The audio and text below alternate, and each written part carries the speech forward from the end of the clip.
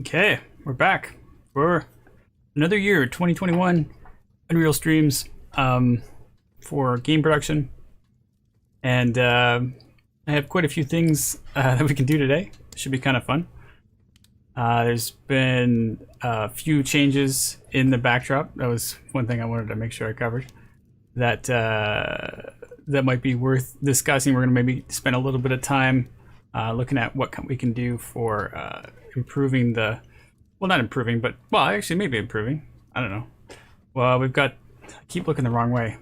We've got a fox who will show up soon, and who was basically addressed last week when we did our stream. And so this week, I got it polished up. Well, I mean, I did it during the break, polished it up. Oh, sorry. When I say last week, oh, here he is. I meant 2 or 3 weeks ago.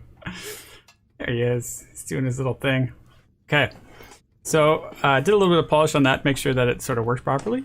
And it was a lot of fun. Pretty easy animation to do, really. And then also, oh, there's a spot that I might want to polish. Maybe I'll do it on the camera. And we also got the lights, the Christmas lights working, which is funny because now it's past Christmas, so it's like that's it's kind of getting stale already, and I haven't even shown it to anybody. But we're going to talk about how that worked out, because in the last stream I didn't actually get that finished either. So we have two things that we can discuss. Oh, and also you might notice that there's some nice ambient noise. It's coming from the actual level. It's pretty good. There's like, I don't know, there's this annoying tick of a plate or something that happens over and again. Actually, I think it's the fireplace is crinkling, but anyway. It's kind of nice. Let's just kind of keep that in the ambient in the background. And also we're supposed to have music, which just realizing now is not working. Oh, there we go. So we have a few things going on here. It's so complicated to get these sessions set up. I've got like thousands of things happening. Anyways, so once we get the discussions of how this stuff worked in the background finished, we'll get into discussing some of the future stuff we want to do. And lots of great ideas for how we want to address Unreal in this new year, and lots of interesting ways that we can incorporate all the students in the school rather than just people who are taking the one program. Okay, and sorry, I thought maybe somebody was telling me things weren't working. So we have lots of interesting things we can do and talk about after we're finished talking about the previous year's content. Before I switch back to my desktop, I wanted to show you that this is the new camera, as well as another change that happened. So we're getting here. I can even show you what it is. This is the AverMedia 513.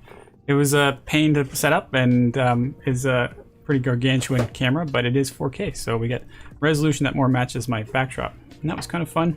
Just got that this week, and did some tweaks last night, trying to make sure it blended as best it can. You can see there's a green screen gets a little bit so backwards. Green screen gets a little bit wacky when you do like the fingers and you see like things are blending. It doesn't quite work well in the dark backdrops, but on the light backdrops it works pretty good. And that's probably just because my green screen isn't set up ideally. There's a slight color variation. It's a little tricky getting that green screen working. All right, so now we got those things covered. So we're gonna jump into this backdrop and talk about how some of the things work that I just did here. Don't forget that there is a cool marketplace. It's the free month stuff has happened already. So check out your free month content. You know what's sort of embarrassing was last time I was talking, I put all this stuff in my shopping cart, and then I forgot to submit it. So that today when I went to check it, I realized that I had all these really expensive items in my shopping cart, and I'm like, ah, shoot, I forgot to get them. So I lost all of December's free assets. It wasn't anything too crazy in there, but I definitely, every time you miss out on hundreds of dollars of content, you feel like you gotta kick yourself a little bit. But anyway, so let's see here. One thing I did want to do before I get started, because I am not getting my, there we go.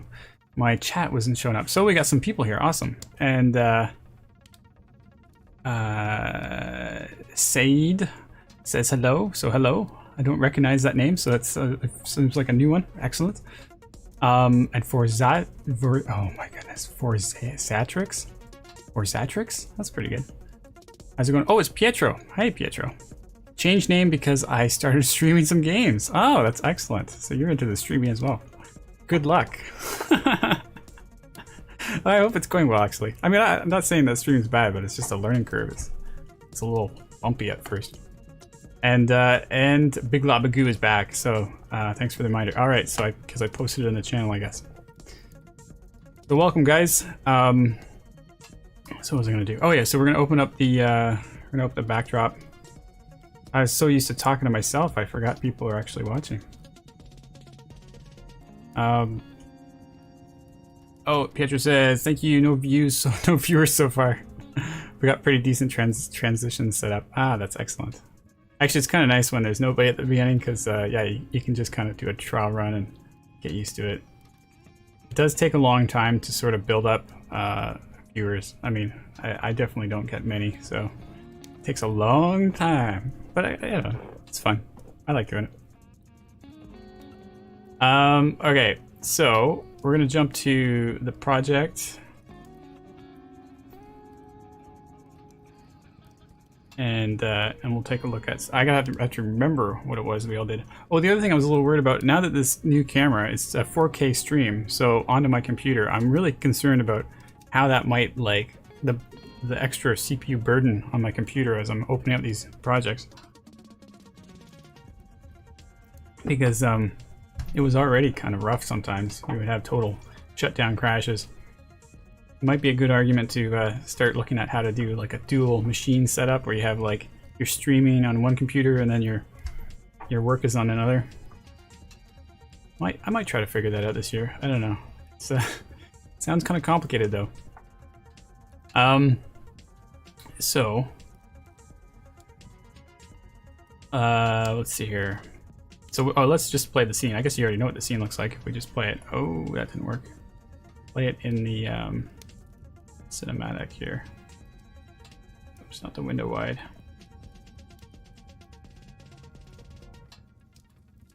So you can see the curves that we did last week. We set them up and we're gonna put them into a special blueprint.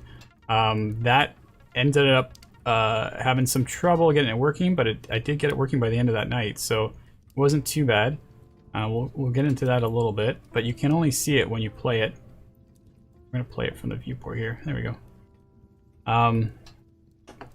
So it does come up and it dynamically creates on the curve, and then we have the Fox animation that just pops in there along the timeline. And this backdrop behind me is actually a recorded video as usual, so that I don't have to worry about the overhead of running it. So it just keeps playing and then plays again at the exact same time. The animation itself was pretty quick. It was a pretty painless process, thankfully, so it's just a matter of doing the polish in Maya. And I do kind of, there is one part here when I watch it that I was going to do a little bit of polish on, where the character, it kind of does, you can see a lot of that secondary action that happens. It's pretty interesting, the subtlety that happens there. And when you look at the curves and how you try to keep it alive, but you also don't want it to be floaty, it's that fine balance. And so one spot that I kind of noticed where he looks this way and then he holds for a really long time, he looks dead. So I was thinking maybe I'd do like a head shift, like one of these, you know, like a cat kind of head shift, just to have something to do. And then maybe there's a way that we can address. I tried to put a little bit of noise in the movement here whenever he sort of stays still, just to keep him alive. And I did put like a looping breathing animation in there and everything, but you can't see any of it. So it's just a little bit too small, too far away. So we'll get to that in a sec, but let's take a look at the blueprints for the Christmas lights, and I'll just try to cover whatever it was that I wasn't doing last week. I know you guys probably can't remember any more than I can about what I was doing, so it's going to be a bit crazy as I look through this. But and it's, you know, it's just more the idea that it worked, so that was kind of cool. I did have to maybe change some stuff a little bit, but generally speaking, the whole thing basically works its way up the curve. So where's our curve here? Oh, here's our color pattern randomizing based on the length. Oh, that was what it was. Boy, I really should have reviewed this first because it actually got a little tricky because each light has to change here. So in the light attribute itself, I was trying to do a hue shift on time, but it would create this infinite wave of color. So instead, I just picked one color and then put a massive amount of emissive brightness to it. That this is a parameter too. So we have color and we have bright. Let me just see if we got some stuff here. We have a scalar value that's manipulating bright and color. So we're manipulating both of them. The value of color is coming from color pattern range. So I've got a variable with multiple color outputs. This is a linear color structures is what it was. I just sort of created it from this value here. In fact, I just pulled from here and said promote to variable and then turn it into an array. And yeah, it goes through here and just does these colors, assigns them randomly through this setup. I'm trying to figure out how that works. The light's using the length of it. Okay, sure. And then and then we've got the value of the brightness is changing based on another float, random float of 10 to 30. So we're having a bit of random lightness, random of color, and that's going to end up being the same intensity as the. Oh, we also have each light has a light source. I think that's in the viewport here. Yeah, we have a point light attached to. Oh, this is the static mesh. So the static mesh is the light bulb itself, not the curve, which I think is what I was trying to talk about a minute ago. So we have this blueprint, which is a spline, and that, oh, I don't know if this stuff is, oh god, I've forgotten what I've done here. So this is the spline, but then I had to put, in order to get the colors to be random and independently random, they have to have their own blueprint that that basically chooses their color and chooses their intensity and then chooses the light intensity. So it actually casts light into the world. So you'll see that the actual light is hitting the curtains because by default, Unreal doesn't have emissive that will influence the world unless you bake it.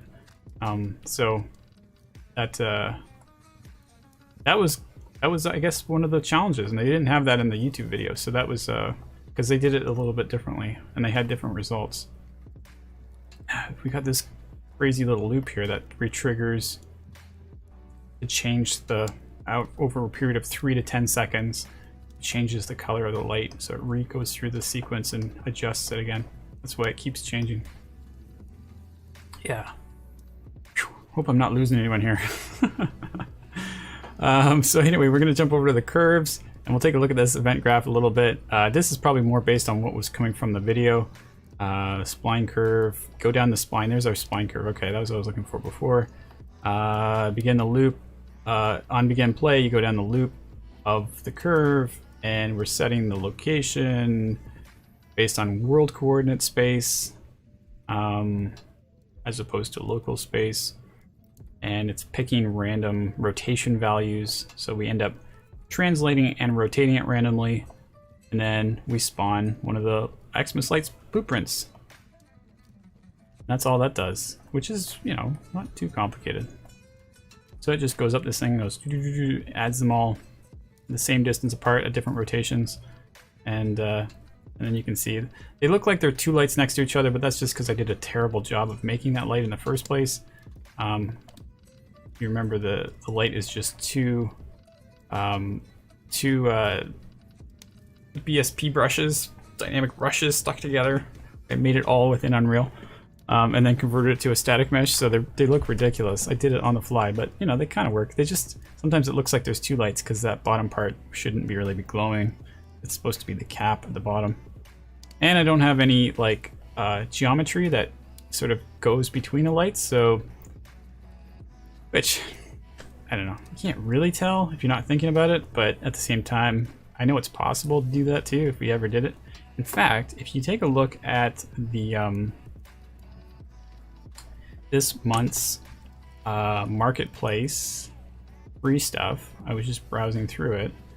And I did notice during the subway tunnel one that if you take a look at their modular breakdown overview, they have a whole section for spline components. So all these are meant to go on the splines, just like our Christmas lights. And you can see we've got lots of geometry here that are following along with the curve, and all the input internal stuff too. So this might be a really nice nice test. You know, you open up the level, take a look at how they do the splines, and really kind of identify what the procedure is to get the feeling that they're curving, so that you don't have to create custom assets to go around the urn. It's all the same. They just follow the spline curve. Free content equals best content. Yeah, that's right. Oh, you got that one. Oh, yeah. This actually looks like a nice level. Probably won't ever use it. Exactly. Well, I think that's pretty much the case for all this free content. That's why it's so confusing that I forgot to submit to check out all my December's content, and I'm like, so much good stuff. And then I'm like, not that I would have ever used it, but so much good stuff there. Who knows? Maybe I would have used it. Now I don't even know I have it. I don't have it. Anyway, this is a nice looking level. I think there's another one too that came in that had a nice level too. It was the desert western city. Yeah, it happened to Pietro too. More than once. Yeah, it's so frustrating. And then, but this December, I mean, this is off topic, but the game, they give out a free game every day. I think it was basically during the break that the kids usually get during school. So it was like, I actually remembered, well, I think I missed a couple days, a day or two, but generally I got every single day in there. And it was good. The kids actually really enjoyed finding out what the next secret game was. It was a lot of fun. Anyway, this is a cool level as well that's all free and modular, so it would be awesome to check that out. You know, in theory, I could always make a Western backdrop for fun. Just do what we've been doing before. Give it more of a hot summery feel, which looks pretty appealing to me right now. I'm like, yeah, I could do that. But this is a nice backdrop here. It's got all this vegetation. Anyway, this is the fun thing, is you always get cool stuff to check out. And let's see here. Let me see if I can... Is there anything else we needed to cover here? I don't think so. We got the Christmas lights figured out. Let's just jump over to the fox. We'll show what the animation was. If you guys have anything that you want me to check out or any questions, feel free. I'm not really trying to drive the ship completely here. I'm just having fun. We can take a look at the advanced puzzles constructor. That's another free one that came in today that I just took a look at. It'd be interesting to see how they did some of the blueprint wiring. I should actually take a look at it since I'm here. Where is it?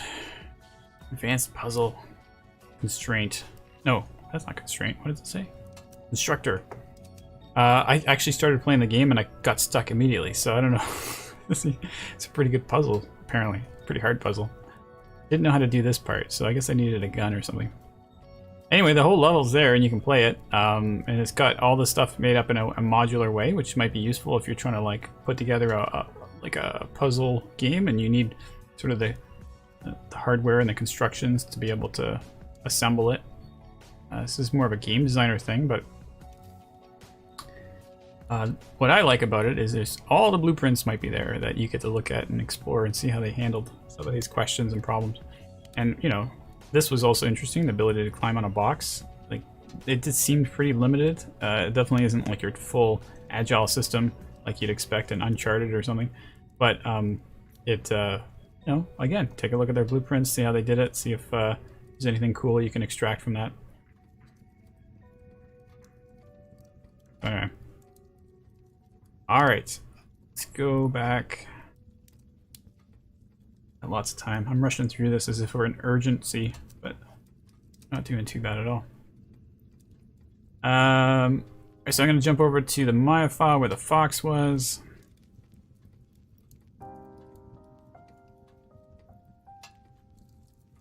think this is it. have a look.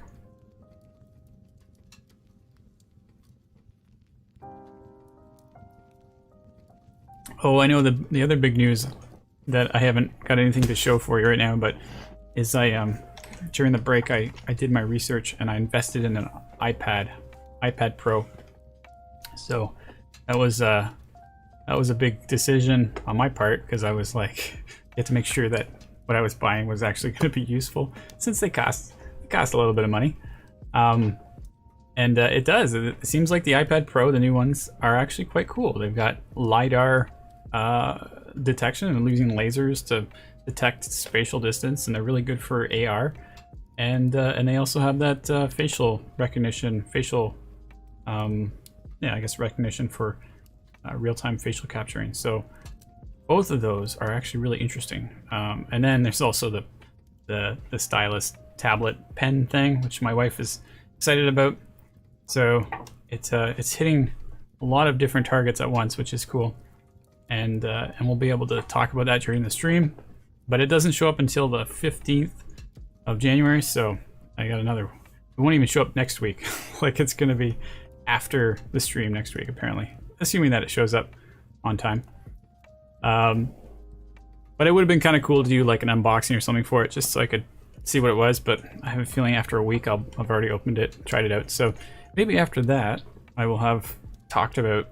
Maybe I'll have something cool we can show that we can demonstrate with what we can do with it. But I think that's going to be a longer series of videos where I'm going to be talking about the process, building up blend shapes, building up the facial stuff.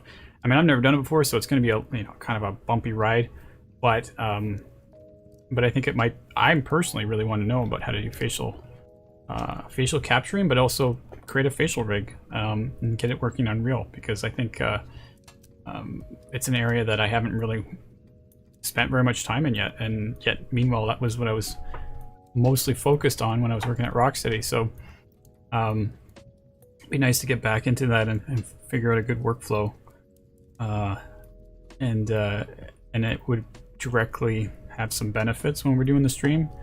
I could definitely see a scenario where I could convert my character, my person, into a CG character or something.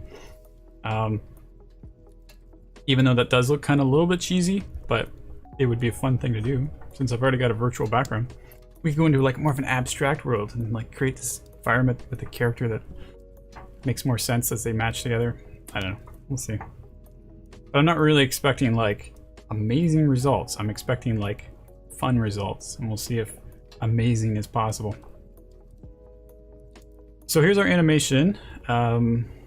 I didn't spend a lot of time worrying about eye animations or mouth animations and that kind of thing. I was mostly just focusing on trying to get the body movement and trying to get that real subtlety in there. You can maybe see a little bit of it happening when the body moves, that we get that little bit of movement that keeps them alive, but then they still stop. There's that one moment, like also the get up was really tough, so it looks a little ugly down here, but it's mostly like what you see at the top of the head. I don't remember why I was so struggling there. There was something that didn't really work. I don't know why. The hips look pretty clean, but the upper body goes through a bit of a bump as the legs raise up. But anyway, you can't really see most of the animation, so I'm not really too worried about it, but it would be nice if we could have,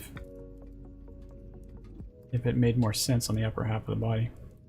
Anyways, so the part that I was going to make a little tweak with was this part right here, where it's looking this way, and it looks for a really long time, which is good. That's what I wanted, but just in the video, it kind of dies, just completely goes still. So I was just thinking, let's just do a little tweak here while I'm doing it in the video, and see if I can destroy it or not.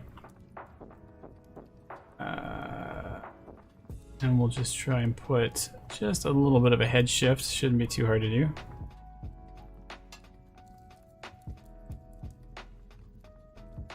So it goes basically from frame like 72 all the way to 106. So I think right around here, we'll try and do an adjustment. where we move the head over, which is going to be, you have to be really subtle about how you do it because there's just so much going on that you can potentially put in that ends up being really like time consuming. We just got that one head shift now, and then the other thing I want to do is while we're doing that is like, you know, it's gonna push the body over, and I think that's the key is what I'm trying to get at here. Not really sure why I have the joint selected. Let me turn off all. Oops, I mean none. I'll turn on polygons and NURBS curves. We'll try to do a bit of shift on the upper body maybe. So head turns and it pushes the body over. It's got to be pretty subtle.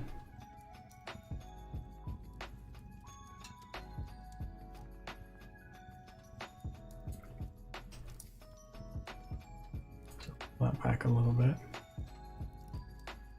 And then as it stops, as the head comes to a stop, it pushes the body back again.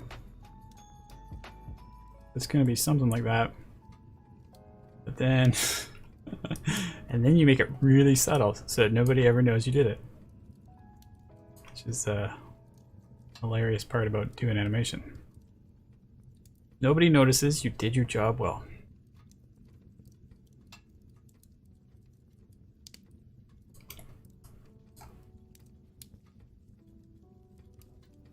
That's going to be really subtle.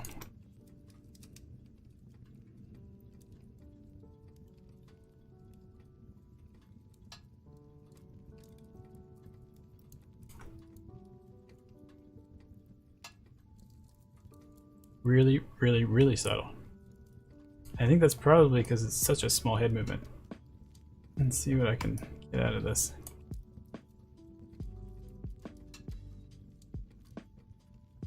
There it is. And there's actually, afterwards, it transitions back to its original spot, which I think might be fine. It keeps it from being too locked in. Oops.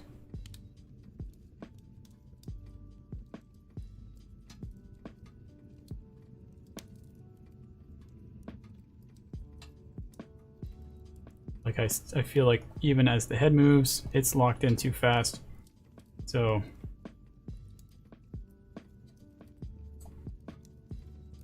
we're gonna do a little bit overshoot here, and try to get the 3 axes or whatever's going on here to do a little bit overshoot.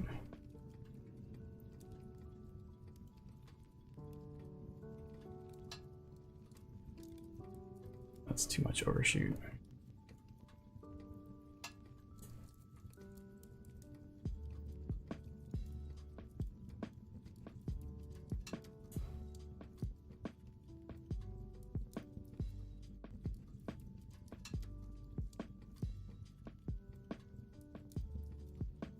Okay, let's try that.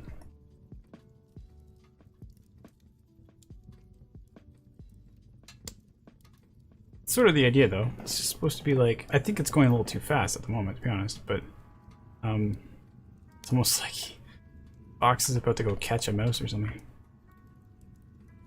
So I'm really like getting my inspiration from cats. I mean, I really don't know if foxes are quite so cat-like, but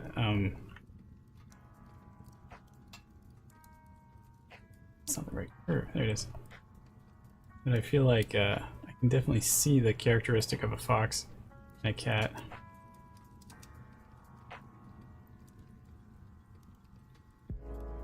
Let's pull this one back a little bit.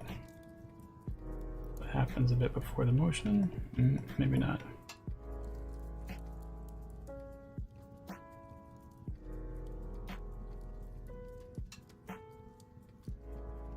Oh man, so subtle.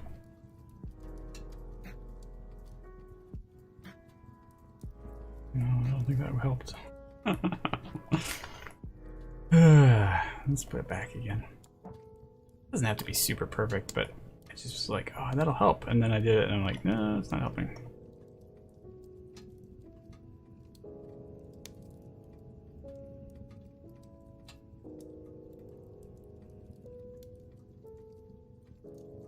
Still feels a bit strange.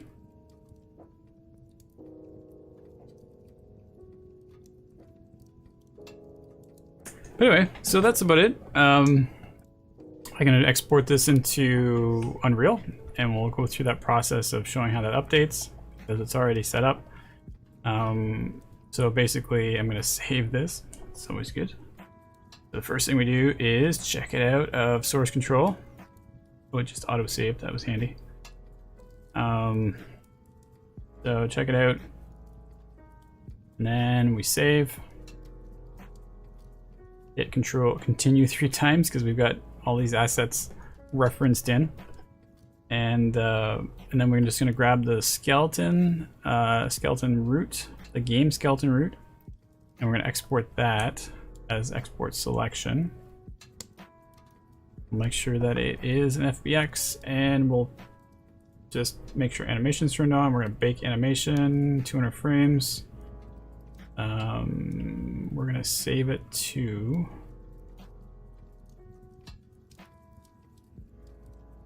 my source folder within my project under Fox, and we have one that is, I think I can just replace, called Anim Fox Window Look.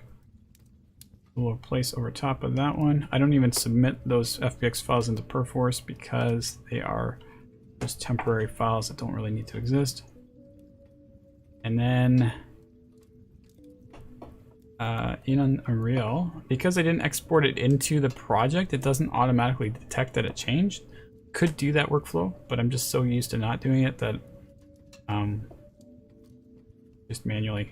See, the compromise isn't that big of a deal either. All I have to do is go to the Fox, which is in the log cabin. Fox, here's our animation. I just right click on it and say re-import.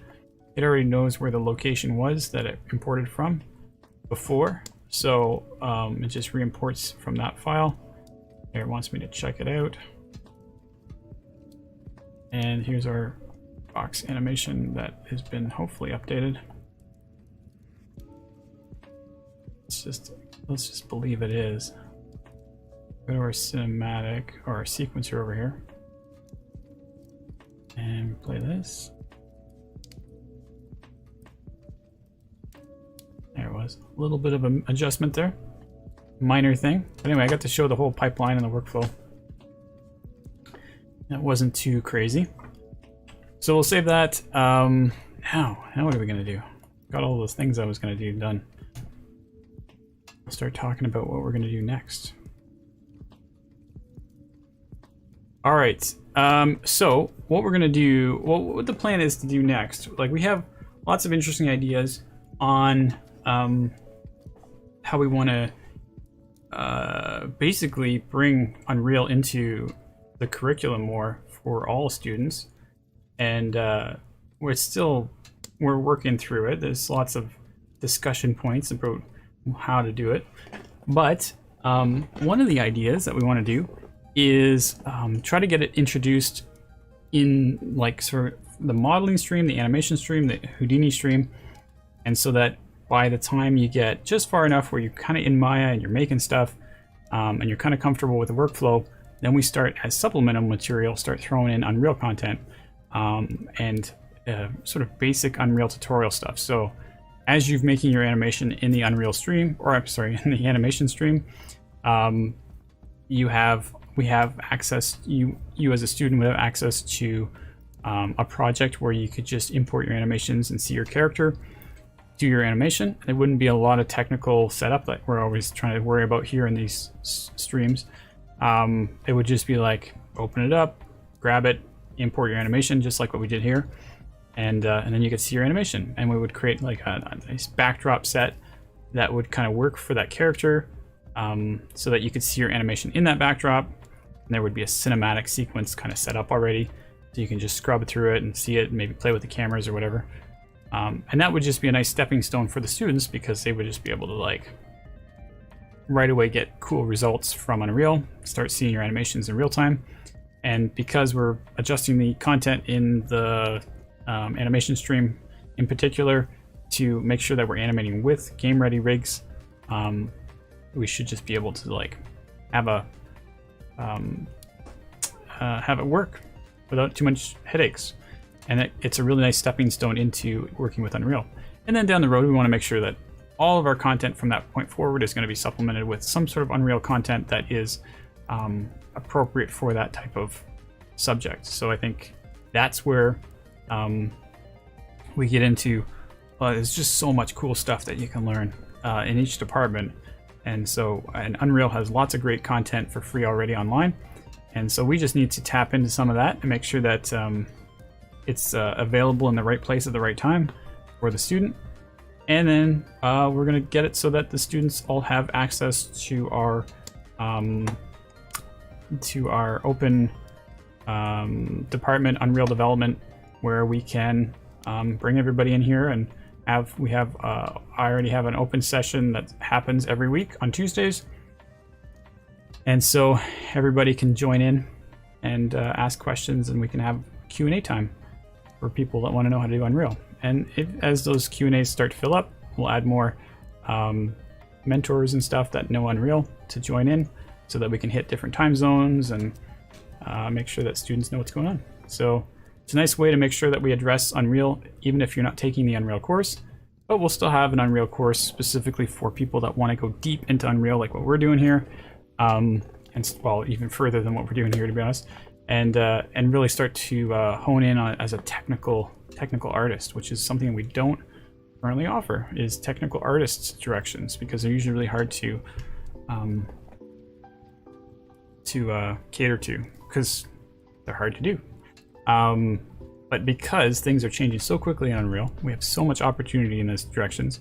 I don't know if noticed, I posted something on the Slack just today about a new virtual production showing up in Toronto, which I thought was really cool, because probably because I live near Toronto, so it's a conflict of interest, I guess. But they're just doing this now. Like, it's just happening, where we have they're assembling a new virtual production, and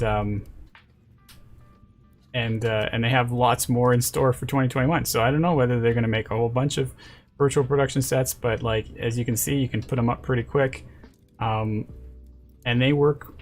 Well, I mean, I'm making a bit of an assumption here, but they work with Unreal, just like the Mandalorian sets. And we need lots of virtual production technical experts. So we're really trying to figure out how to get it so that our students are also able to do virtual production technical work, which is no small feat, because you gotta like basically be hands-on with a lot of hardware. That's a really difficult thing to do, but we can definitely supplement the technical side on Unreal. And we have all sorts of interesting ideas about how we can try to bridge that gap as best we can for students, even though they are working virtual. So we'll see where we go with that. Anyway, you'll be hearing me talk about that a lot more in the future, so we'll be like going through it. And in fact, the rest of my stream is which I've still got an hour and 15 minutes. Got lots of time. It's going to be dedicated to building up one of the sets for our characters that we're going to use for our content in the animation stream, the intro animation stream. And so I just talked to Mark Pullyblank about, because I don't need this open anymore, about what characters we're using in our new content for animation, the intro to animation, and basically he just pointed me to the rigs library, which everybody has access to, so there's nothing too fancy or amazing going on here. But so we're just going to take a look at it and figure out what kind of character we want to start with, and start building up a library of characters in the backdrops. And maybe if you guys have some ideas about things that we should add or do, we can definitely try to address that. And eventually we're going to get to a point where we have a project that works. And then we can create some video tutorials on how to get it set up and running for your animations. Updating Fox with head shift. And submit. Alright, so this is probably something I should make in a project that's in Perforce as well. for source control submission. Source control is another discussion point that we're dealing with, and Big Lob of Goos here that we talk about trying to get an SVN server working for group projects, which is another thing we want to do, which we will eventually get to once we sort of figure out a good pipeline that works. Oh, actually, the current bottleneck isn't so much the pipeline of setting it up; it's the server itself. So we got to make sure that the server is pretty handy and not frustrating to use, and then we're going to try and figure out how to get people working on group projects and really set up to cater to a future of collaborative work. That we have some cool ideas on that front too for how to encourage and basically create a sustainable project environment. And that's always a struggle with students, is creating a sustainable project environment where you feel like you have purpose in the project and you feel like the project is holding its own weight and you're not just sort of like the lone stander that's doing everything, which is usually what I always find is the tough part about collaborating with students. So we have a technique and a strategy of how we're going to deal with that, and it's going to be it's basically just going to make sure that there's a motivation to get into this system so that you can actually belong, and then that bar to get in there is your reward is will be there. So I won't talk about it too much because there's lots of hypothetical theories there still, but it is kind of an exciting thing we want to do this year. That's really going to be really potentially change the kind of work that I do every day, and kind of be fun. It'll be like a production environment, and it's stuff that we can talk about during the streams too, which is kind of fun because we'll be like, this week what we did, let's go check out our progress, and it'll be kind of cool. There was something else I was going to say. Oh, and then also, just because I want to make sure everybody's included, I feel like we should also make sure that this source control is available for like people who, you know, want to work on a project, and you know, there's not necessarily qualification required. They're just like, I have an idea, I want to do this. Like, okay, well, here's a place that you can work from, and then we'll work together and make sure it's set up for everybody so that these ideas can get started as well. And I think yeah, we'll see where that goes. All right, so this is going to be, I don't even know what to call it yet, so we're really just winging this one. Animation, it's like a demo reel, it's like a visualization for animations, so we could just call it backdrops, but I've already got one there called backdrops, so animation environments, character environments. Oh my goodness, that's gonna be huge. Char inv. That doesn't work either.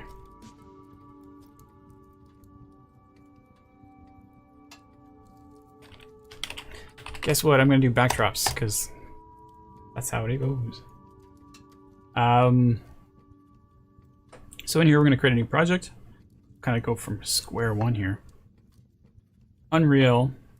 Do a launch of the 4.26.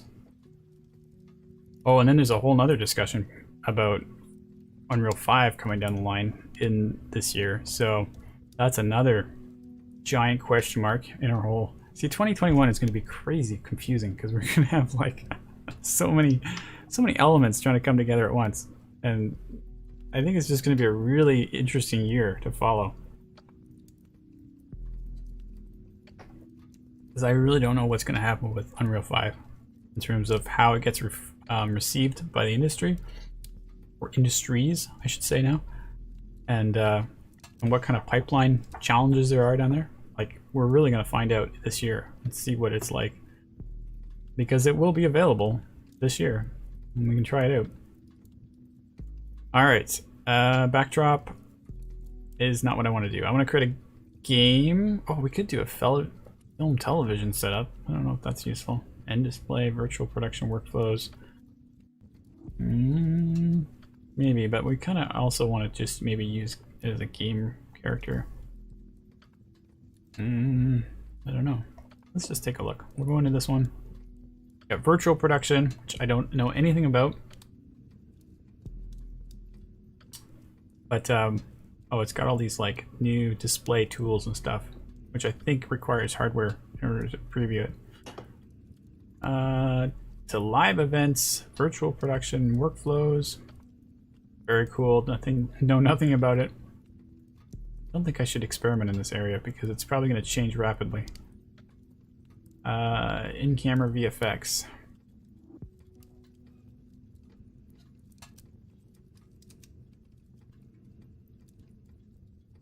Cool. In display, the project template provides multi-display functionality using cluster PCs. There you go. That's the, yeah, I'm not doing this because it's way too complicated and specific. We're going back to games. But there you go, that's all that virtual production stuff we're talking about. And lots to learn there.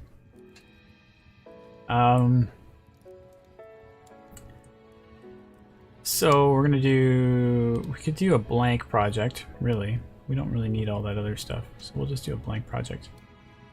And we want maximum quality. We're not gonna do ray tracing because not everybody has RTX hardware. We're definitely gonna do blueprint. We don't want starter content because that adds 600 megs. And so we're gonna jump right to where we were a second ago here.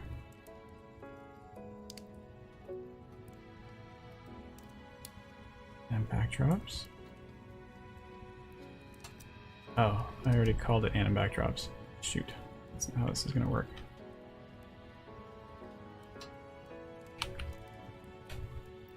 Hold on. Get rid of that for a sec.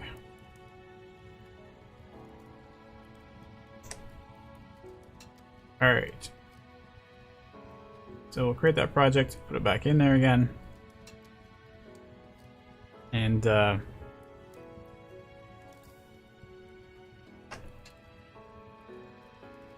start putting together a bit of a scene here.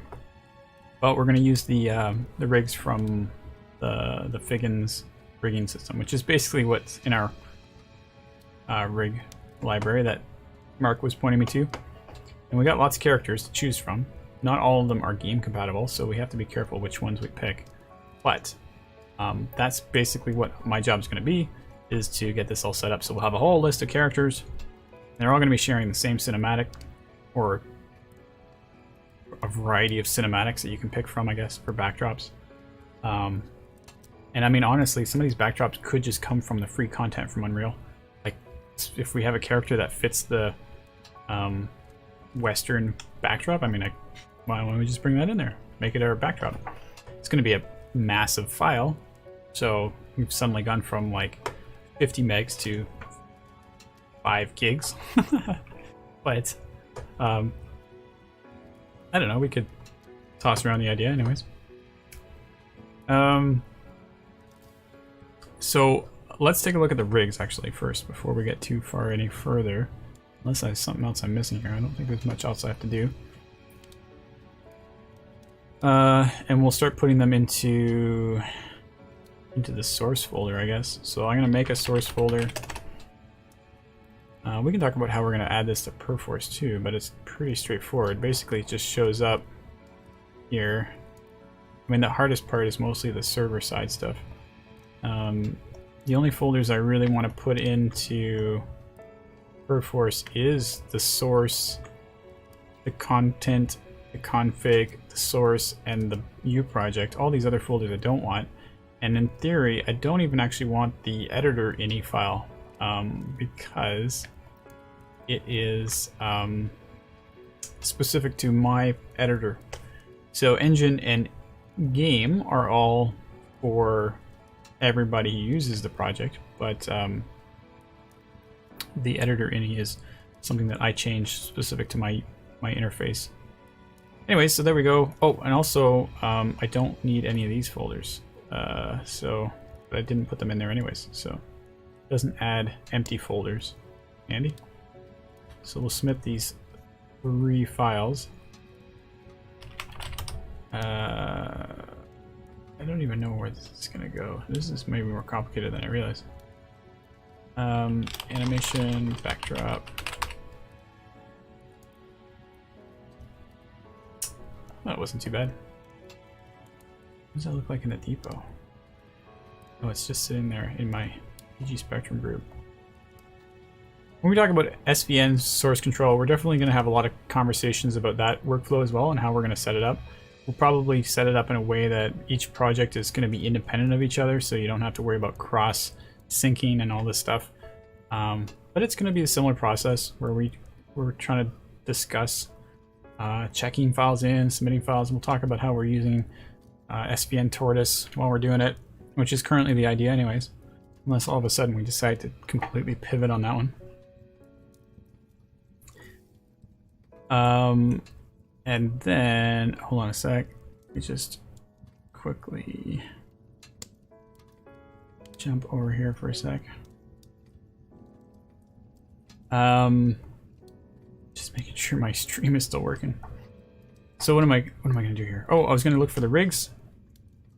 So to find the rigs for anybody in the enrolled in the course, which you know, another thing that we were talking about doing is maybe adding some kind of support that allows us to find content like a wiki within our school.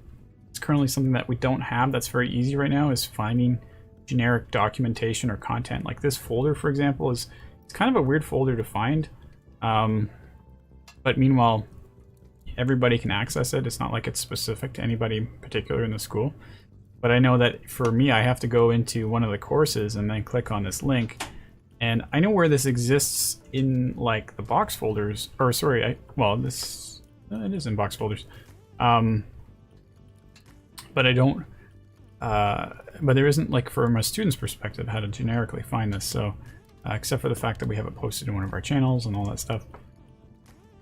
But that's too hard to find. So we're gonna think about how we can make it so that if you're looking for documentation or looking for something that you know exists somewhere, you just don't know where to look, you can just go to this source and just do a search, and it'll find where that folder location is or where that document is.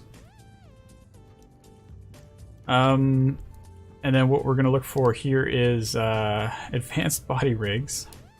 So here's all our characters that are coming from the Figgins website. And these are the ones that we bought. They don't all exist.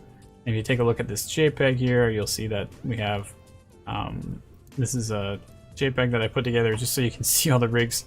Rather than trying to remember them by name, you can see pictures of them. And the ones that are the green, that have the little green arrow to controller, are the ones that are game compatible. And it's really important that you pick those ones because they literally won't work otherwise. Like, you can't even just tweak it. Like, it's just pretty much have to do a rewrite to get it to work properly. Or you could do some crazy, but anyway, you might as well just do a new rig. And I think they also sort of reduce some of the extra details, and they reduce the quality a little bit so that it fits better for a game production instead of a film one. So you can see they both have film and game, and they'll have two different files inside of these things. The version that Mark was suggesting that was fun, I'm just going to check to make sure that it is actually game compatible here. If I can just find his post. Skullchaser, he said. He also suggests not using characters with a lot of armor, which is interesting. So, I've never really considered that as being a massive problem, but I can see why giant amounts of armor is awkward, because it really restricts your movement and you have to spend a lot of time counter rotating various parts of the character to prevent that collision. Skull crusher? Is that what I just said? Skullchaser. Oh, there it is, Skullchaser. Interesting. Oh yeah, he's like a skinny character. And that is a game compatible rig. Very good. Alright, let's try that one first. So we should be able to find Skullchaser in here somewhere. There it is. We'll download that.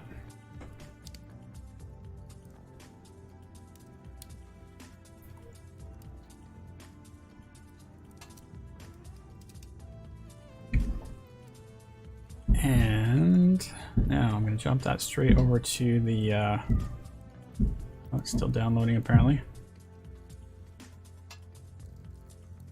There it is. Jump that straight over to my source folder. And then I can unzip that here. Hopefully it comes with a folder as well. Back here. There it does. Good. And so, again, we have two files. We have the one that's for film and we have the one for game. So it's important to realize that that those two come separately, and you have to make sure you animate with the correct version. These are just shots of the renders, and then we have the texture zip file, which there was something cool that happened over the break where somebody was noticing a checkbox in the FBX settings. Oh, there's Big Labagoo. Dave, have you used the free Paragon characters from Epic? I have used the free Paragon characters. Trying to think if I actually have them loaded yet. I think I may have to download some of them. They are very cool, but from an animator's perspective, they are not prepared for animation because all you get is the Unreal side of it, which means all you have is a skeleton as opposed to a full character rig. But what I do like about it is you can take a look at their animations and take a look at how they've laid out the animations, and they have it all micro-managed into very specific ways. But you can see here, like, we've got like a character rig that I can move and control and stuff, and that's actually really valuable. That's the essence of what an animator needs in order for it to work. If they just had a bunch of joints, it would be I mean, you could do it, but you wouldn't want to. I'm curious to see if I have actually those assets so we can put some images to what we're talking about here. Let's do... There we go. So these are some of the characters. I've definitely looked at that one pretty thoroughly because it's got double characters, which is kind of fun. There's some environments there as well. I think this character I remember was reviewed for its like how they did the hair and how they did the skin, because they really worked hard on trying to get that photorealism. So, and this character might be one as well. Oh, who did we just get there? We just got a follow from Pants. I can't read it. It's gonna be gone. I have no idea. So thank you for following us. Appreciate that. Pants. And I don't know. I lost my train of thought. Oh, they were doing a lot of research on trying to get the hair and skin looking right. This is kind of older technology now because this all got released in 2018, I think, or something around that time. They usually say the time, the date, and I usually don't look in the right place when it does show up. But anyway, they came out a while ago, but they're still compatible at 4.26, so there you go. This one's kind of fun though because it's got these two characters and they kind of work together. So if you watch their animations, you can see this one flying around doing their thing, and they do the victory dances and all this stuff. And this is a really crazy rig. Like, look at these crazy arms, tons of joints, so very complex. But yeah, like, what are you gonna do with that rig if you want to make a custom animation? Well, there's not much you can do. You're kind of unless you go and try and set up your own rig for it. But they're a really good reference. Like, you just take a look at them and see how they're made, and you're like, wow, that's cool how they did it all. Even though technology is changing so rapidly, it's like, oh, the hair? Oh, we have a whole new system for that. Oh, cloth and fabric? Oh yeah, we have a system for that.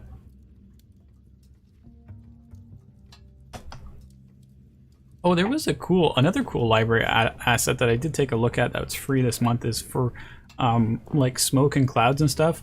And I was looking through it wondering if there's anything interesting, but I didn't really find anything too crazy. But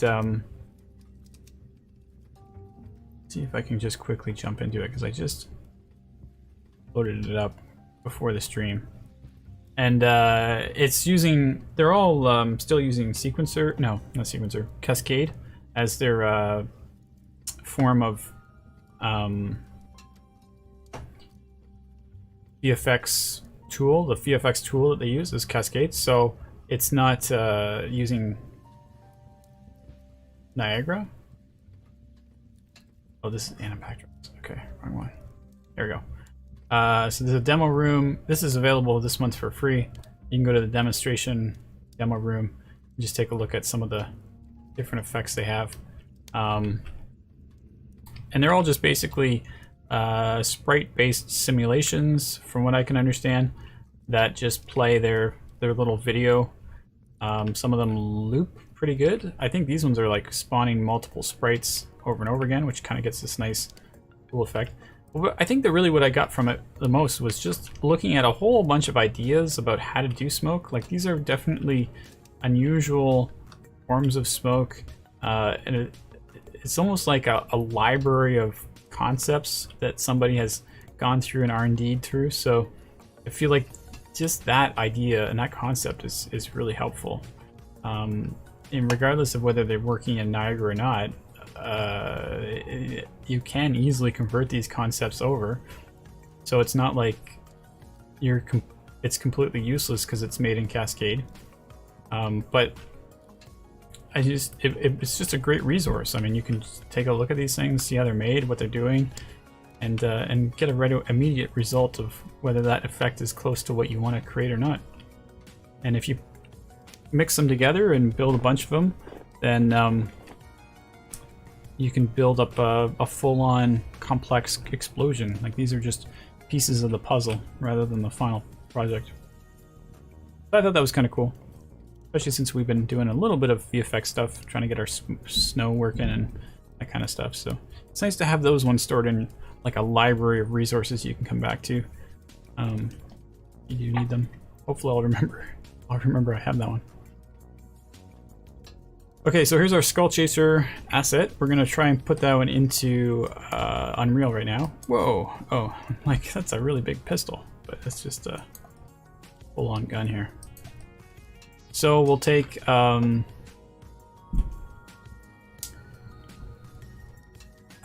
was I gonna say?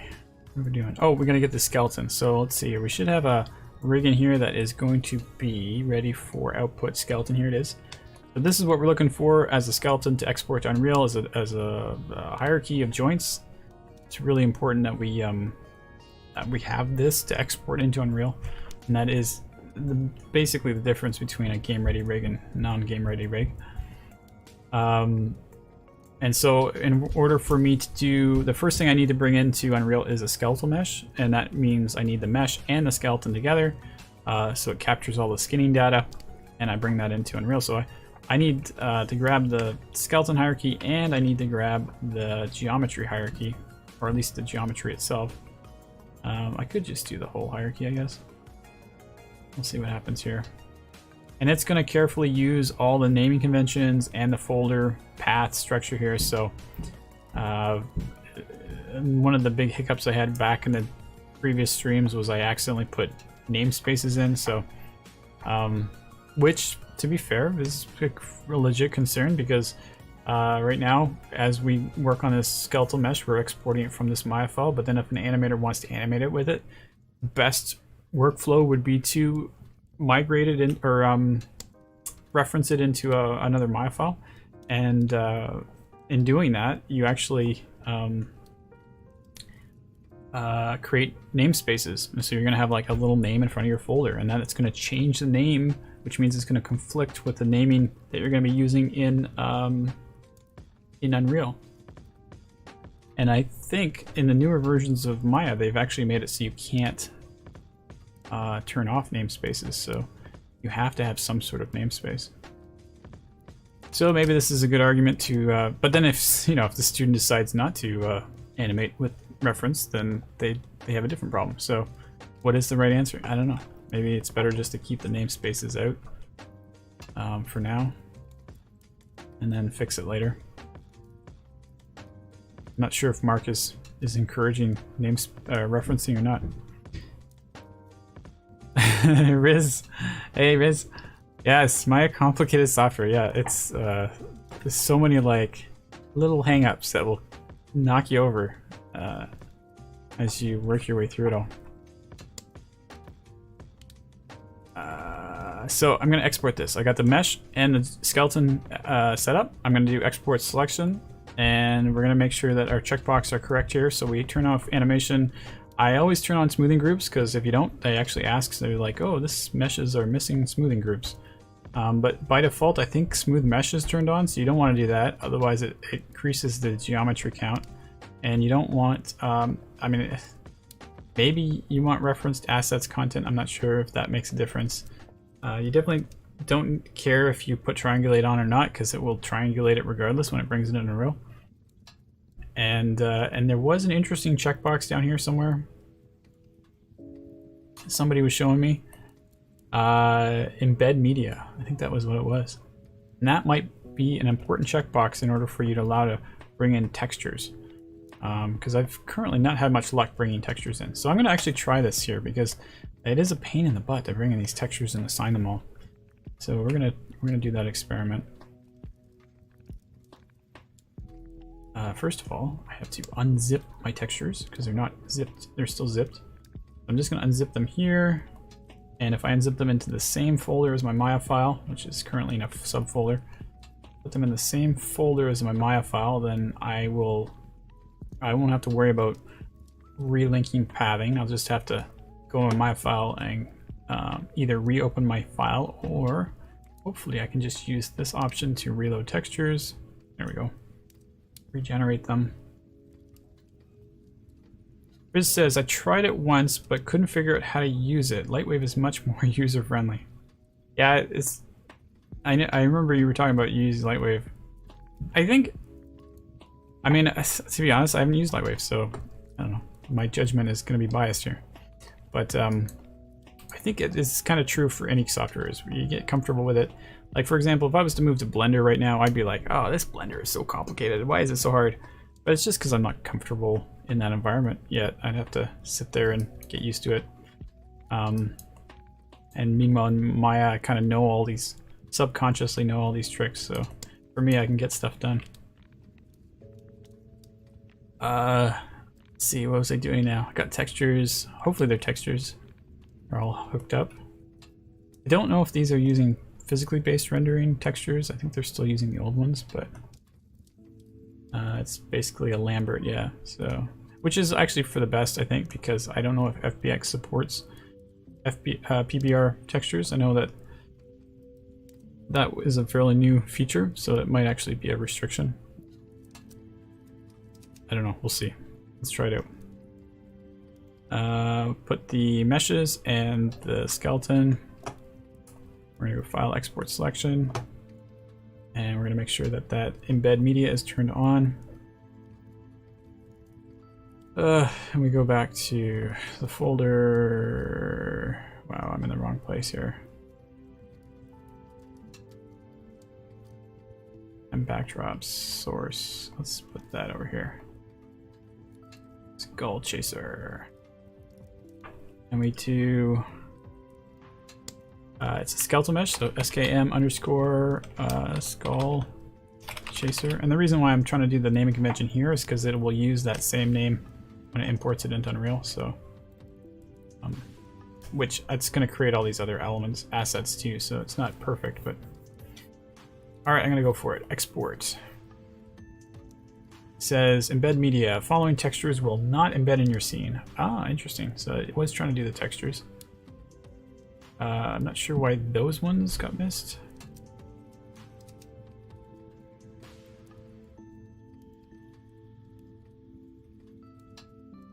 But that's good to know. That might be something I need to manually import later.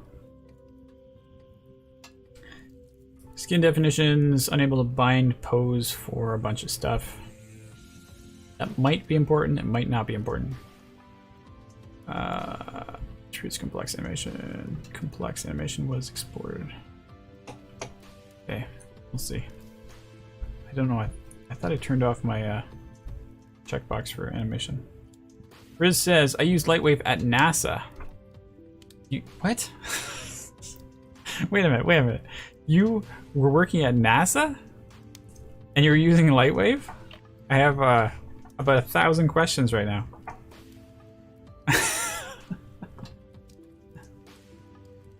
Like, what What were you doing? Let's just start there. It's top secret. I can't talk about it.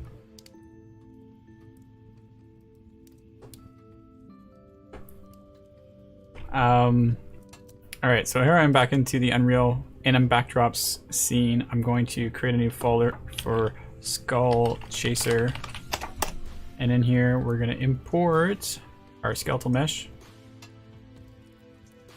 which I need to go to source skullchaser and look for the SKM skullchaser FBX. Oh, look, they already had an FBX. Wow, I'm really curious now. Mine was 2.9897, that was 2.87. We're gonna do a test. We're gonna find out what the difference is. All right, skeletal mesh on, import mesh, check. We're gonna create a new skeleton. And I think the rest of it will probably just work. Riz just said the same thing twice. Alright, FBX scene load texture, found texture clash. What can be wrongly reassigned.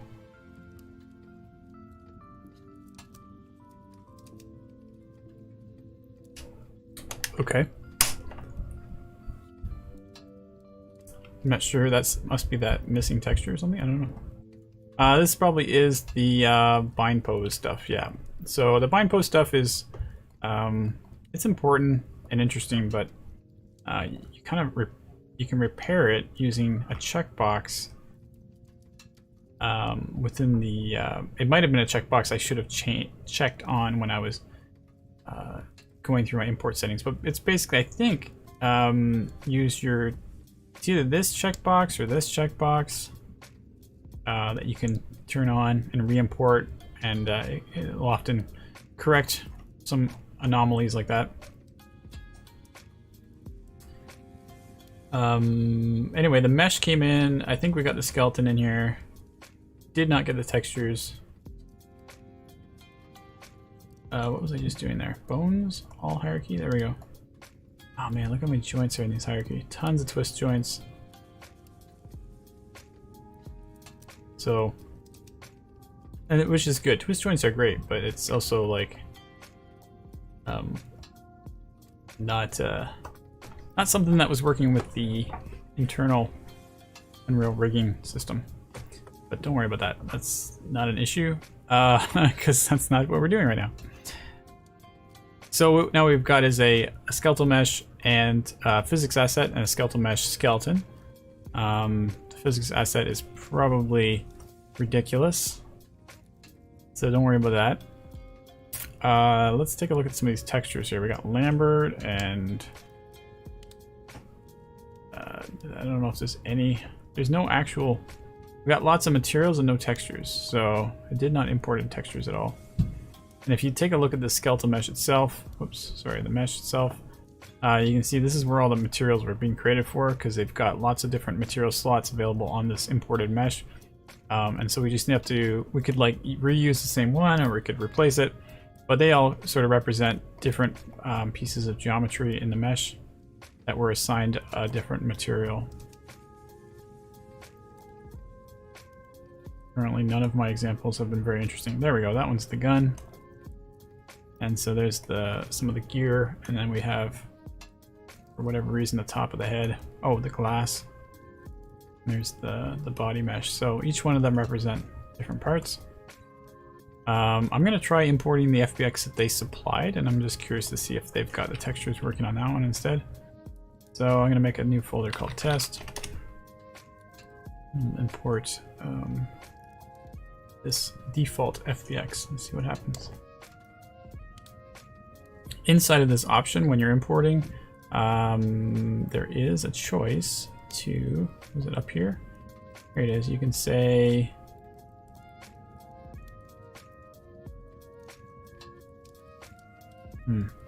that's not it. Oh, here it is.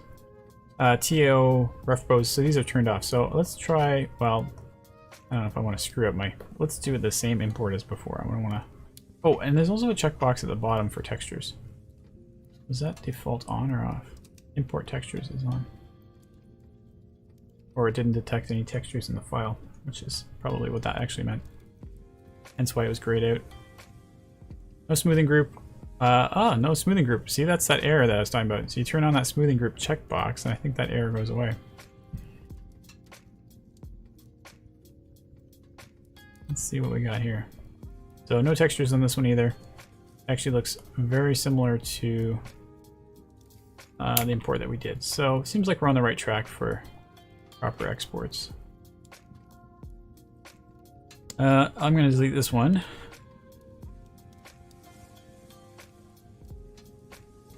And then we will, let's see here, import the textures manually.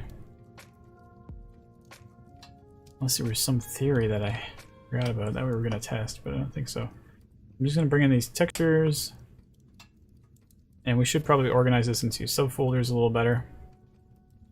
But part of the reason why maybe the textures aren't working is because it's just a PBR workflow in Unreal. So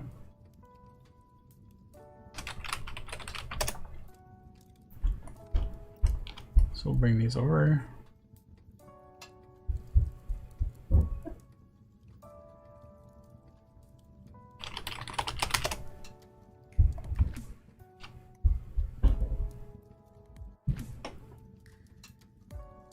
All right. And then see, you can see SKM is a correct naming convention, but I've actually, with like the physics assets, I still got to go in here and rename it. So PA for physics asset. And I do this because usually you can't see what it's at the end of the name, but you can see what's at the beginning of the name. So it's really nice to get that first part. This is the skeleton, so I get rid of the M. To get that first part to be distinguished as a different asset. So you got PA, SK, SKM. And right away you know what they are. And in theory, all these are supposed to be labeled M underscore, and then these ones are supposed to be T underscore. I'm not going to bother boring everybody as I try to do that. I think Lambert 1 is a useless material, but I'm not going to get rid of it yet. We're going to do body. That's the most interesting one. And we'll try bringing in some of those textures. I mean, this is very basic stuff we're doing here, but might be it's a good little run through. Plus, what else am I gonna do? All right.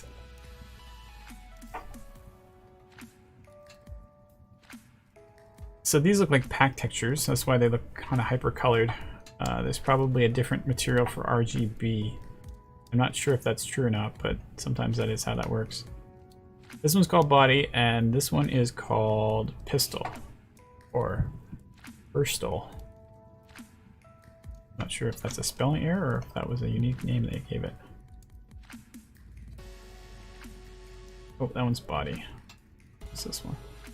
That's the pistol one. Body, body, body. So I don't need these ones in this material. And so I'm not sure what we're going to do with this pack texture because they haven't really defined what they want to do with it. But maybe I'll be able to reverse engineer it inside of Maya. We're going to put the RGB of this into base color. And then we're going to put the normal map RGB into normal. So that should get us started anyways. Yeah, you can definitely see the normal kicking in there. And we should actually see that on the character because the character would have already been assigned this material. So let's just throw the skeletal mesh right into the world. Oh, here we go. Character is microscopically small.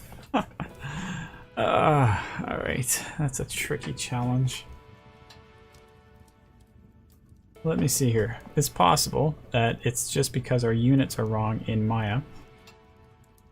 Let's see what the units are set to here. Option box. Where's our settings? Our units are centimeters. This is just a really tiny character.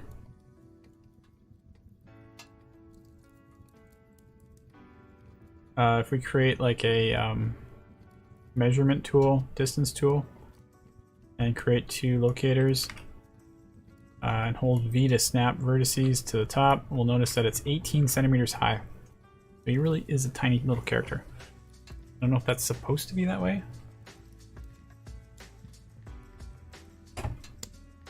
Oh, actually, if you convert that 18 centimeters, could be 180 centimeters, and that 180 centimeters is actually about 6 feet, I believe.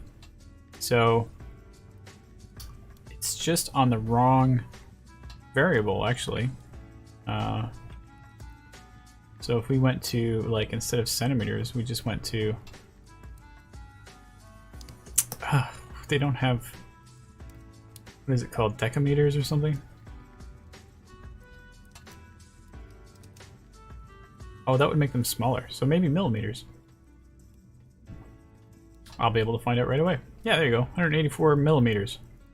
So, I don't know. That might just work. Just by changing it to millimeters. I'm in a bit of a conflict here because my first thought is, oh, I better fix this Maya file. And then I'm like, oh, wait. Everybody who does this animation is going to be using the same original Maya file, which is going to be wrong.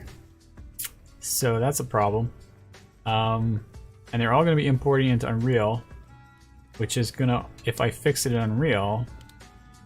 Actually, I think if I fix it in Unreal, it'll convert probably pretty good. Possibly. The only problem with it is, like, rotations work fine. They convert universally because you just... and most joints are rotational data when you're talking about animation. The only translation data you have is on the pelvis, so in theory the character will be squished very close to the ground in their pelvis, but the rest of the body will be animating fine. So that's a problem.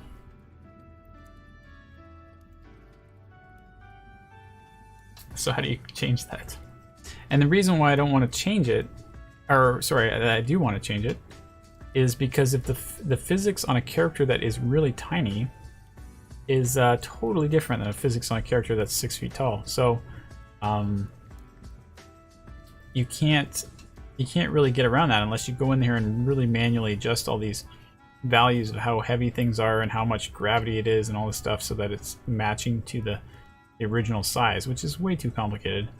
So when this thing falls, it's actually falling like a little tiny toy instead of like a human, hence why it feels like it falls really quick.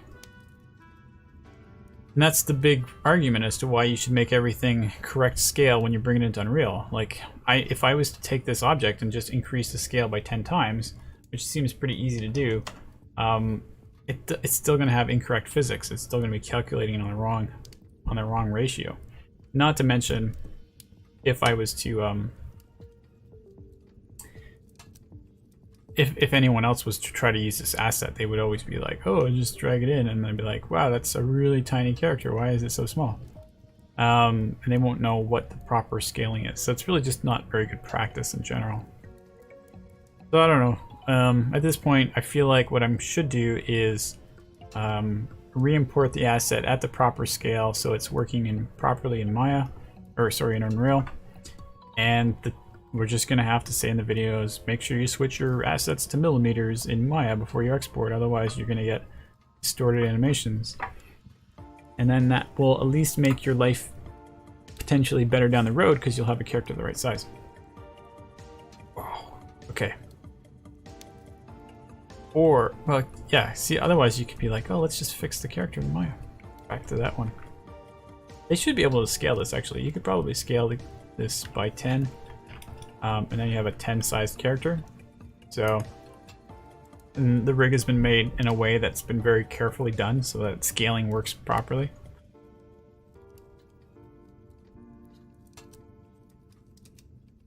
There's an argument, possibly. Maybe, but I don't know if the animation will come out okay because technically, is it a relative scale? It would probably be world-based. Hey, that's not too bad. So then you're dealing with like, Riz asked, do you model the character? I did not model the character. These are coming from Figgins rigs. Let me show you. Somehow. Kyle Figgin. And we've purchased them as CG Spectrum, a bunch of them, not all of them. So there's this guy, obviously. And so these are the rigs that we have available to the animators now during term 2 of well, basically all of animation's stream, to create assets that are also largely game compatible, which is a very cool thing. And these are really nice rigs. They have lots of cool features, lots of variety.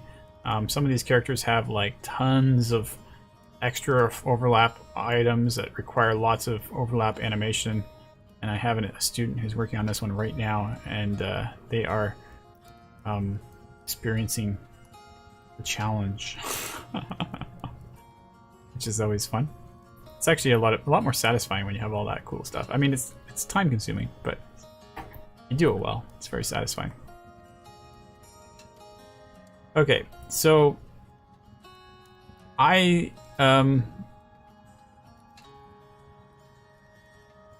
okay, let's try it. Rather than changing my units, because if I change my units to millimeters instead of centimeters, it will actually import completely different. It imports relative to its units. So if I switch it to meters, the character will be super tiny.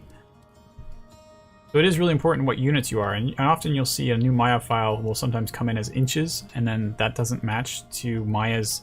Unreal uses centimeters per unit, so inches to centimeters does not work very well, so you'll get a scaling distortion. So it is really important that you're using centimeters whenever you're working.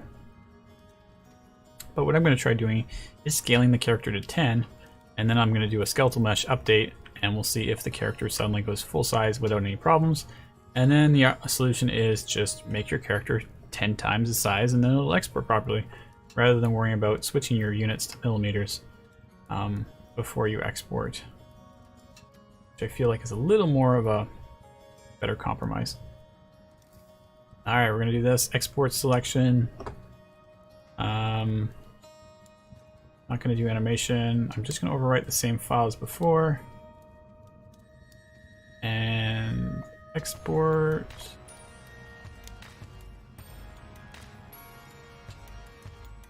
Riz says, I model my characters. Do you enjoy modeling, Riz? Is it modeling or animation that you prefer?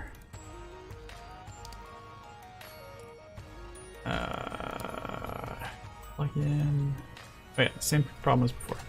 It's just no problem. So we have a new FBX asset. We should be able to go into Unreal and just click on the skeletal mesh and say reimport, and we'll see what happens. I'm expecting a giant character.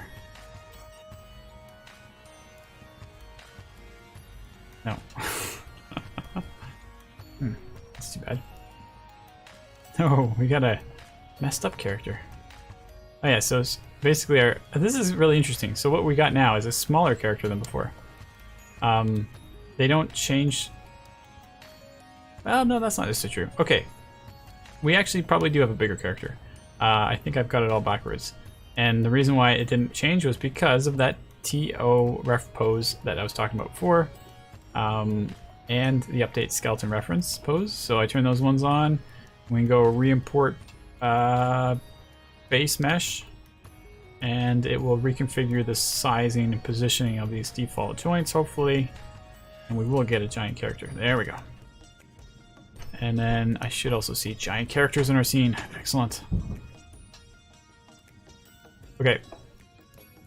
Let's turn off the joints so it's a little easier to see. And this character is scaled 10 times, so that's oops, I did it completely backwards how I wanted to do it. There we go. Now we have 2 equal sized characters. I don't need 2 of them. So that should be a regular 6-foot character. And all I did was increase the scaling of the mesh from default. I mean, originally the file loaded up as a Maya, as a centimeters file, so I didn't have to change anything but the scaling to 10 times. So I'm going to remember that for all the other characters we do. We're going to try to keep it consistent. And so the animators will just have to make sure that that's adjusted appropriately. In fact, if they don't adjust it, their animation's going to be... Wow, their animation's going to be... Anyways, doesn't matter.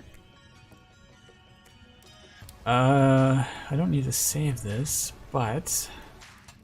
I guess we're ready to stage 2. That took a lot longer than I thought to get that working. Oh, materials. So we have a pistol material, which I would like to put in there. And so, what was that one called? This one.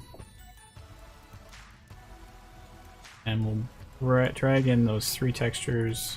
I'm not sure how the rest of the textures are going to work, but I think I'm going to put the body textures on the other ones. See if the, like those little packs on the side that aren't, or I guess they're guns. If I just put the body texture on that, it might just work out. We'll see. Alright. So we're going to put... oh, we never figured out how to unpack those textures yet either, so that's another thing we got to talk about today. And we're going to do RGB on normal. And we should see right away the pistol is working. Fingers crossed. No.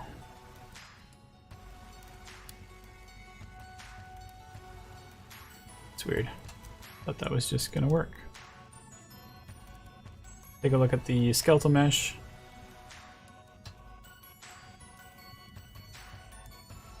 Pretzel music is getting a little bit noisy, but I like it. What am I talking about here? Skeletal mesh. So we have our material pistol on. Oh, they went on there. Well, I guess they are working. So there you go. Those were the textures for these guys. Didn't really even appreciate it. So I'm going to put the body texture on the glass, and we're just going to see what happens. So yeah, it goes into a black thing. So we're actually going to have to probably come up with a better way to do that. It's not going to make sense to do it in the same material, especially if they got a different material slot for it. And I have no idea how this rifle gun works. They didn't even supply us with textures for it, so I don't know. What if we just put the pistol textures on there? Does that work? No, not quite. Kind of a shame they didn't give us the textures for it. What is this? Is this the little piece? Oh, we got, these are measuring units, which I gotta actually exclude from our skeletal mesh here. In fact, the pistol, or sorry, the rifle should actually be removed from the skeletal mesh as well. These look like they are meshes for, like this looks like right hand, left hand. You got a bunch of different weapons, but they look pretty placeholder. But they might be for like placeholder in Maya so that you can see what the weapon would look like in their hands. I don't know. So to fix that issue, what we're going to do is go back to our Maya. We're going to exclude those geometries from our export. So we want these ones. Okay, we don't want... I don't want to put the rifle in there because that should be a different mesh. Which is one of those things I gotta like set up as well. This is a good argument as I'm doing all this as to why we are setting this up before the animators, because this is rather complicated to do for somebody who's just installed Unreal to get through all this. Spent shell, strap, bullet. Wow, look at all this stuff. Bullet, strap, spent shell, ankle caps. Alright, we want that. Body mesh, of course, yep. Hey, come on, put it in. Pistols, I'm going to keep those there because they're attached to the body. So I'm not really sure how that's going to work. Usually when you do constraints and stuff in... I don't know, I'll have to take a look at it. If it's game ready, hopefully it's already prepared for this properly, but we'll see. Problem is you can't let go of the gun if it's always attached to the character, so... That's why you try to keep them as separate assets, like the rifle. So you could actually have it so that the gun actually does disappear, as opposed to just hiding it underneath the ground or something. We have lots of visors and helmets and all this stuff. Alright, we're gonna go with that, and we'll do this.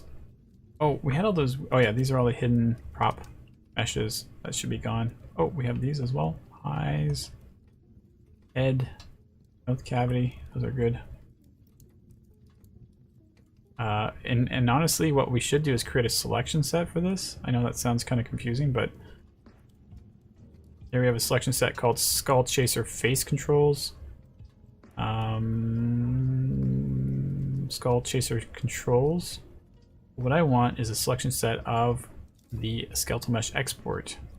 This honestly doesn't matter because this is a throwaway Maya file because everybody, well, maybe it's not a throwaway. I might need it. All right, I'm gonna create a selection set. We go to select and we go, oh shoot, how do you do this again? Because I use it all the time. Oh, here, quick select sets. That's not how I create it.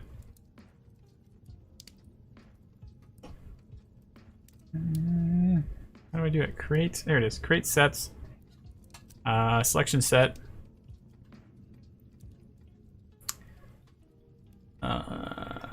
Oh, there it was at the bottom there. Try it again. Create sets. Quick select set. We're gonna call it Skull Chaser SKM export, and then you would technically make another one for skeleton export, but I don't think that's necessary because it's really easy to select that. But this one, on the other hand, is actually a little tricky, and you want to make sure that you have the same one selected every time you export it to Unreal. Otherwise, geometry will show up out of nowhere. So we're going to do export selection, and really that selection set's useful for next time I export rather than this time because I've already got my selection made. So SKM export S. Jump back over to Unreal. And we are going to re-import the mesh. That geometry should disappear. Excellent. And I have it on isolate right now, so that's a little bit different. You see the character is floating super high in the air. That usually is related to a physics asset. Yeah, there it is. This giant physics asset. I don't know why that's there. I guess that's probably from the rifle. I don't know. It doesn't really seem to say anything about rifle. So I'm just going to delete it. Now all of a sudden, character will be on the ground. I swear it will. Just don't know what the process is to get it to work like that. Let's try opening it again. No, it didn't work. Strange. That is a capsule on the root node. You can see these capsules are actually overriding each other, which is not very good. This one is specifically on the spine rib cage. They try to optimize it in a way that makes it logical to the body, but it's all just an automated process, so they really don't know what they're doing. So it usually requires a whole rewrite from scratch rather than just a tweak.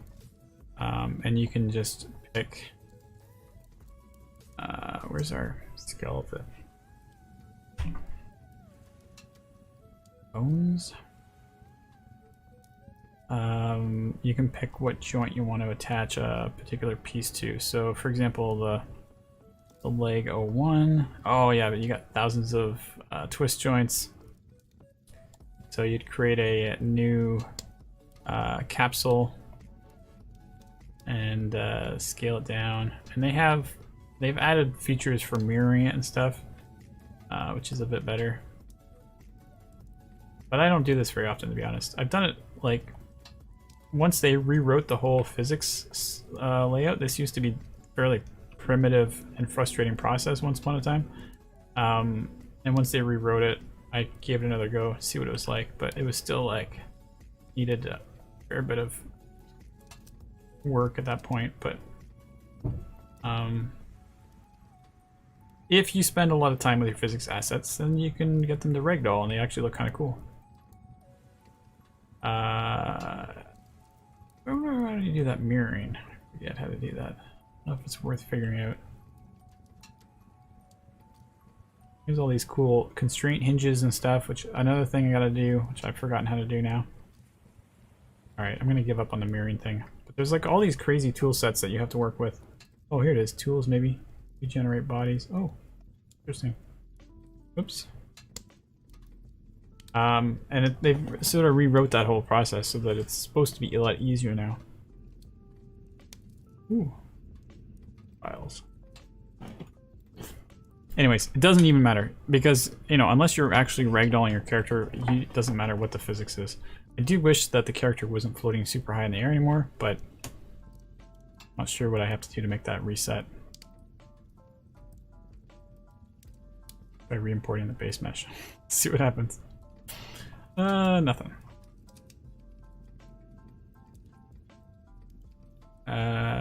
Mesh import. Alright, I'm gonna do this. This is too boring. So we'll keep going. And we're gonna look for... What's the next problem? We have the character, it's got the thing. We could do a little test pose to make sure it works. To identify those problems. Otherwise, I'm looking for a backdrop. Let's see the backdrop first, then we'll have a motivation as what our test pose is gonna look like. So, I'm gonna put all this stuff in a perforce now that I got it working. So I'm gonna close this, minimize this, save this.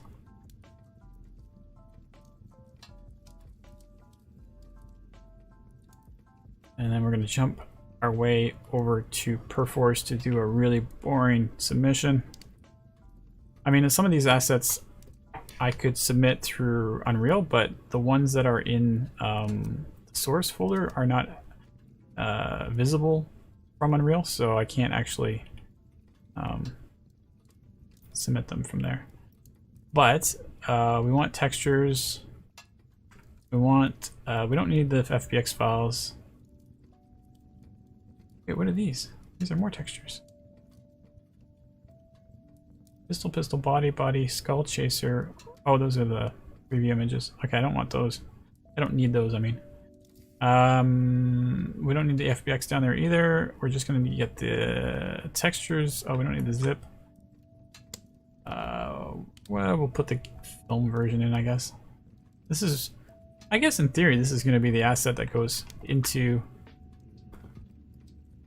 Yeah, but they're not necessarily going to use this file. Alright, whatever. We'll just make sure it's nice and tidy. And submit, mark for add those ones so they get put in. And now the ones that are going to be in Unreal should get marked for add. Oh, we haven't connected our source control yet, so we'll connect source control. We're going to use Perforce and...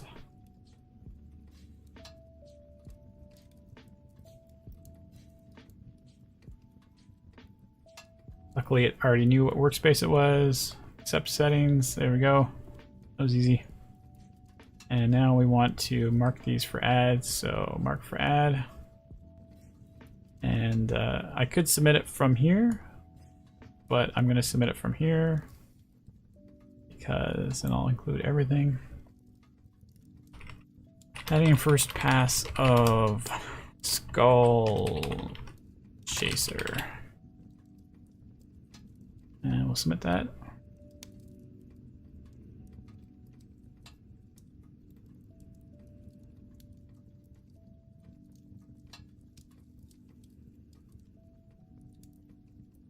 One of the interesting bottlenecks that we have with our SVN server is not so much the speed, at least from what it seems like, it's actually the CPU and the memory usage of the computer that is, or rather the server that is sending out the files from the source control. So, you know, you sync and it has to give you all the files that are changed. So I guess it requires a lot of CPU to be able to find out, okay, what files do we need that they need that we don't have, and then uncompressing it or extracting it and bringing it to a point where they can send it over the internet.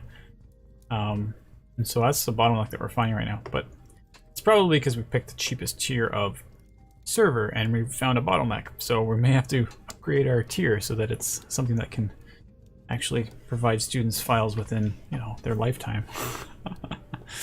It's just a bit ridiculous because it's like the whole SVN server that we purchased was specifically for SVN, and then we use it and we're like, this is really, really slow. But I guess that's why they made it the cheapest tier, because they're like, well, you can have an SVN server, but if you want one that works, it's gonna cost you. Frustrating thing is you can actually make an SVN server on your local machine quite easily. So it's like very tempting to just sort of like, I've already got a Per4 server, I could easily just make an SVN server and it would work and I'd have like fast bandwidth and all this stuff. But that's not the way to do it. We got to make sure that it's running off of a proper server. And we just got to make sure that we paying for what we need. All right, so here we got the character. I think we're ready to put backdrops in now, or at least talk about cinematics, I guess. Let's do that. We got 10 minutes. We're kind of winding down, but definitely think we can do a cinematic. The backdrops I'm going to think about because, again, I don't want to make this, like the project right now is probably a nice tidy size, but if I put in backdrops, it's going to be like massively huge, and I got to come up with a way that you could, I mean, in theory, you could put your own backdrops in by just importing it from a library or something. So that's probably the better way to do it. Anyways, yeah, I just had a thought that I never imported the rifle either. So, oh, and we never talked about how to do the glass. Maybe we should do that first. Okay. Oh, we haven't imported materials. I just don't think that's been refreshed yet. Oh my, we haven't done it yet. Why didn't it mark everything for add? Weird. Alright, there we go.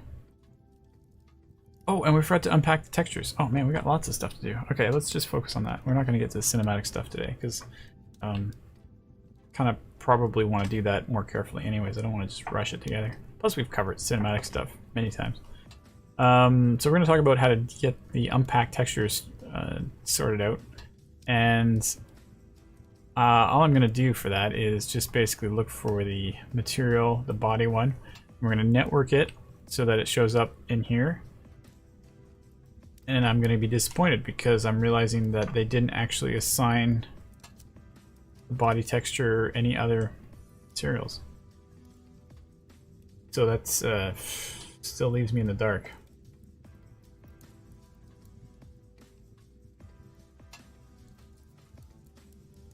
In terms of how they did this. Here's body glass. So, I don't know. I'm gonna have to sort of figure it out on my own here. We'll jump over to Unreal. Whatever it is that I come up with, it probably be consistent across all the models, so it might be good to kind of check this out. I'm gonna go to the material for the body, and we're gonna take a look at which ones of this is going to give us what we want. If I put it into a multiply and we click on this and we go preview, start previewing node, it's going to render what those images look like as a black and white pass on our geometry here. So, you know, what would that be? I don't know. Got a little bit of, it might be like a, is it a roughness? Or is it a specular, so it's shiny? Those elements supposed to be shiny? Let's do, can we just do this one? Start enabling preview. So a lot of them are just like fabric, fabric, fabric. A little bit of the skull you'd think would be more of a darker, because it would be shinier, I would think.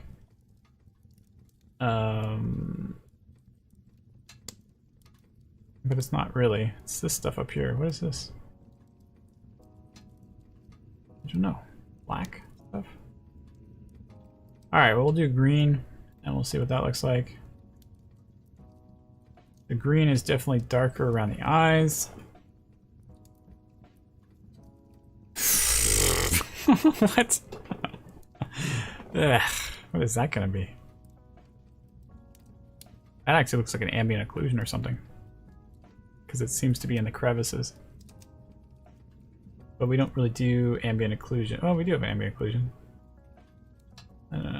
We'll see if that's useful. Put this here and we'll do this one.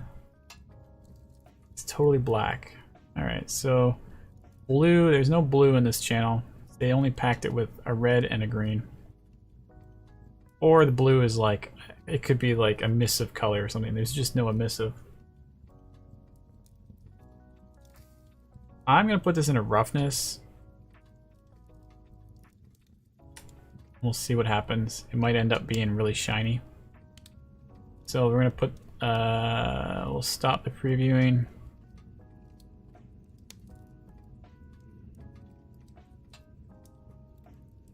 Put it back to a sphere. It doesn't look like it's destroyed it, so that's pretty cool.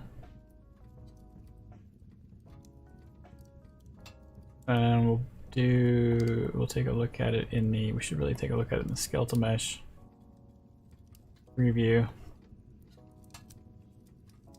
Oh man, it's so subtle.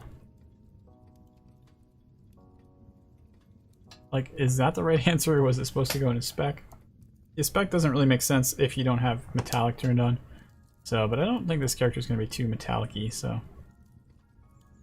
Roughness is when it's white, it means it's very rough, and when it's black, it means it's not rough, and that's when it gets all shiny and reflective. So, this is fairly shiny, and it's coming off of the same material, so maybe, maybe it was a roughness type of thing.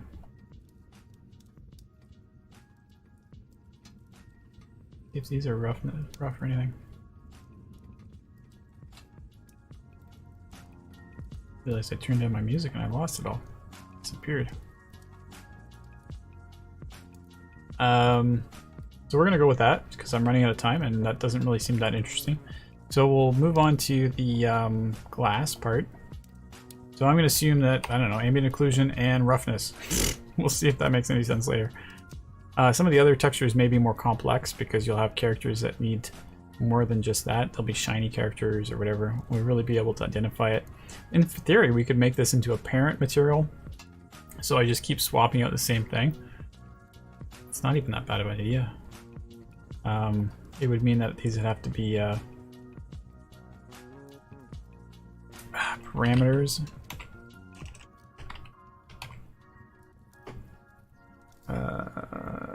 Texture object parameter. I always get this wrong. Texture sample parameter 2D.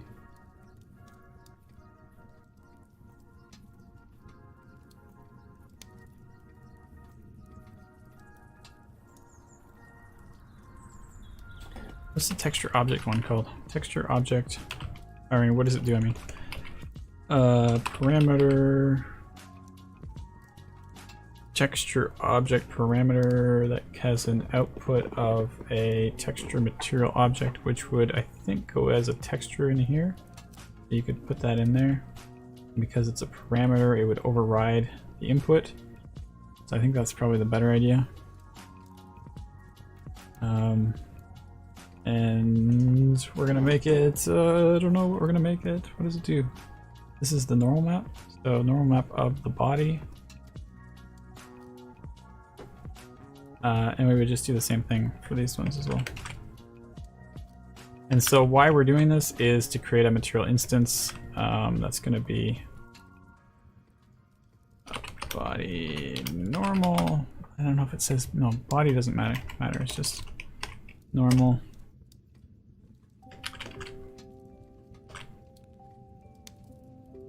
And we're going to call it packed, but this one probably should be labeled like exactly how it's packed. But and then this is going to be our base. So we're going to throw all those three together. Body, oops, no, I did that wrong. axe body, and base body. Put those into the texture and texture. And then we apply, save, close, materials. This material, we're gonna name it M underscore Higgins parent. Or master, you could call it. I think I spelled his name wrong. Is that Figgins with an E or an I? Oh, I'm at my 9 o'clock time here. Or, you know, the top of the hour time for whoever's time zone I'm talking about. It's with an I. Okay, so I'll just quickly show you what the deal is with why I did that, for anybody that's wondering why I'm going through all that trouble. And now, so I create a material instance from that parent, which is, you know, just a regular material, but now I've got a material instance for it. So I'm going to call it MI for material instance. And hopefully get rid of parent. This is where I would call it like body. I would even have to call it like skull chaser. So this is specific to this character, and it's inheriting all the details of the parent. And we open it up and we have base normal packed. So in here you can override and switch it up to the texture that you want.